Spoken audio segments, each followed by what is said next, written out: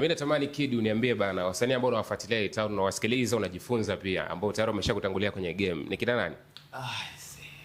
Ni wengi. Ila mimi najaribu kutest kila ladha. Na mimi namsikiliza kila mtu. Oh yeah. Ya ndio maana na watu wengi ambao pia wananitafutaga pia niwape support kwa nini niangalie kazi zao ni cheki. Na mimi ninavyoangalia ninavyofanya nini na mimi na gain vitu vingi. Okay. Watu ambao wamenipa nguvu sana.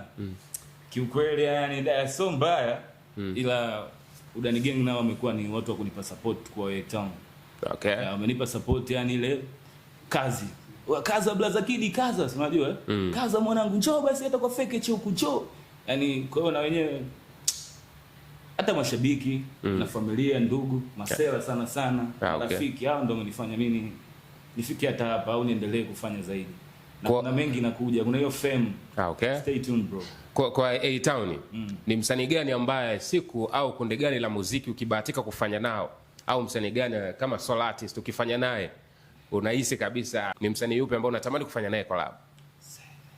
Kiukweli natamani nifanye kazi na Mopali kwanza. Okay.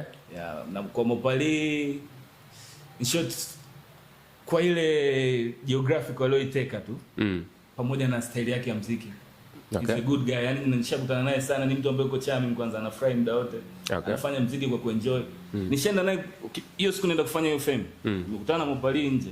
Mopali anasikiza muziki wangu. Mimi naachana kupe ndani, yeye anasikiliza huko anacheka. Afu nimetoka ananiambia bwana, "Sasa goma hili niko na mwanangu Montana." Mopali akawa anapiga freestyle. Imagine sasa nikasema nikasema sema ndio hivyo.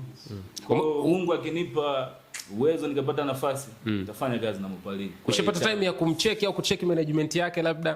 Kwa management yake bado sijaweza kuifikia. Bado kuna mengi yani.